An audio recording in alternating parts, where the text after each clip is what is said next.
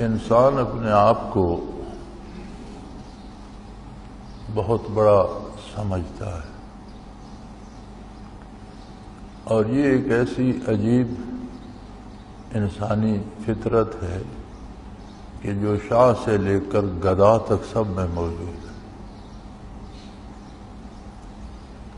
آپ نے تجربہ کر کے دیکھا ہوگا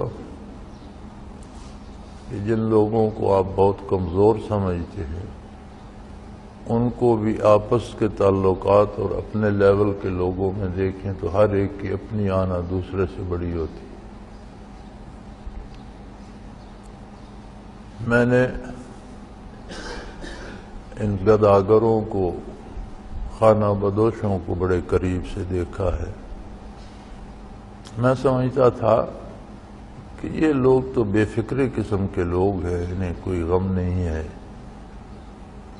خانہ بدوش ہیں، ایک جھگی ہے، یہاں سے اکھیڑی وہاں لگا دی، گاؤں میں گئے، مانگ کر آٹا روٹی لے آئے اور کھا کر سو گئے، تو انہیں تو کوئی غم فکر نہیں ہوگا۔ لیکن جب ان کے قریب دیکھا، میں ان کے پاس جاتا، بیٹھا رہتا، انہیں کچھ نہ کچھ دیتا، کبھی کپڑے تقسیم کر دیے، کبھی کوئی پیسے دے دیے۔ ان کے جب حالات دیکھے تو وہ ہم سے زیادہ مصیبت میں مبتلا تھے اور ایک دوسرے کے ساتھ مقابلہ اور آنر کی باتیں کرتے تھے۔ ایک بات ان کی مجھے بڑی پسند بھی آئی۔ ہر جگہ درس عبرت موجود ہے، اگر اللہ کریم نگاہ دے، یہ سمجھ دے، شعور دے۔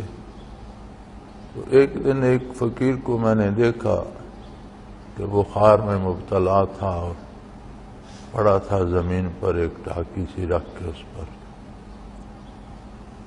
اس کی بیوی بھی بیٹھی تھی، بچے بھی تھے۔ تو میں نے کہا بھائی کیا حال ہے تمہارا، کیوں لیٹے ہو؟ کہ جی مجھے کل سے بخار ہو گیا ہے، رات سے ہم فاقے میں ہیں، کوئی مانگنے بھی نہیں گیا، مجھے بخار تھا، بیوی مجھے چھوڑ کر گئی نہیں، بچے بھی بھوکے ہیں۔ تو میں نے کہا یہ تو 10-12 جھگیاں ہیں تمہاری، یہ سارے مانگ کے لائے ہوں گے، تو ان سے کچھ تو لے لیتے، تم فاقے میں کیوں رہے؟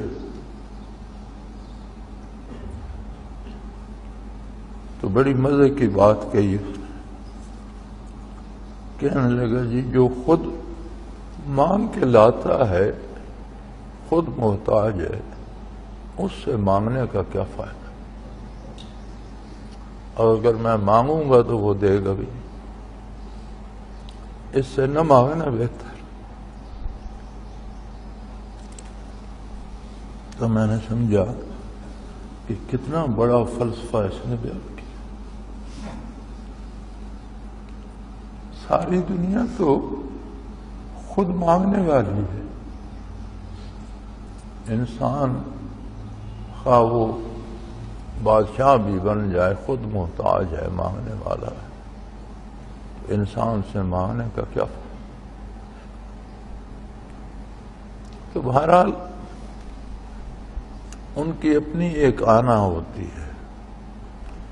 یہ ریچھوں اور بندروں والے پھرتے ہوتے ہیں، تماشے کرتے، تو ان کو میں نے دیکھا، وہ جی فلاں نے بیٹی کی شادی کی، اس نے ریچھ دیا تھا، اب اگر میں ریچھ نہیں دیتا تو میری تو ناک کٹ جائے گی۔ تو جہاں کوئی ہے اس میں ایک انانیت ہے، سوائے اس کے کہ اللہ و اللہ کے رسول پر ایمان نصیب ہو جائے اور حقیقی ایمان نصیب ہو کہ عظمت الہی دل میں آ جائے، تب جا کر بندے کو احساس ہوتا ہے کہ میں کچھ نہیں ہوں، جو کچھ ہے اللہ ہے، ساری عظمت اس کے لیے ہے، میرے لیے نہیں۔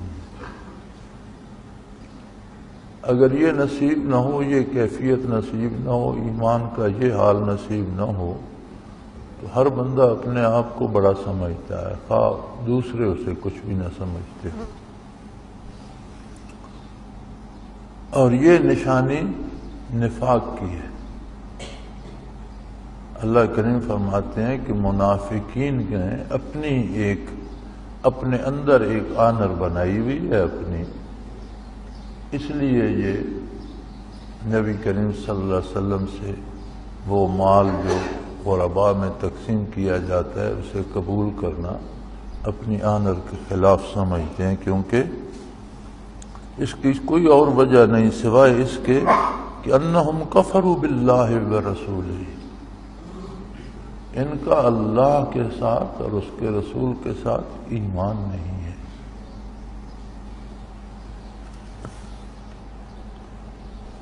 العزت للہ ولرسولہ وللمؤمنین، عزت اللہ کے لیے ہے، اللہ کے رسول صلی اللہ علیہ وسلم کے لیے ہے، اور اللہ کے ایماندار بندوں کے لیے ہے۔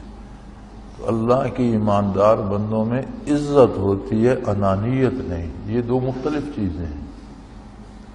کسی کا محترم ہونا اس کے اخلاق و کردار کی دلیل ہوتا ہے، اس کا اخلاق اچھا ہوتا ہے، اس کا کردار سنت کے تابع ہوتا ہے، اور وہ اسے عزت دیتا ہے۔ ایک ہوتی ہے اپنی بنائی ہوئی عزت، اپنے اندر سوچ رکھا ہوتا ہے، یہ منافقت کی دلیل ہے۔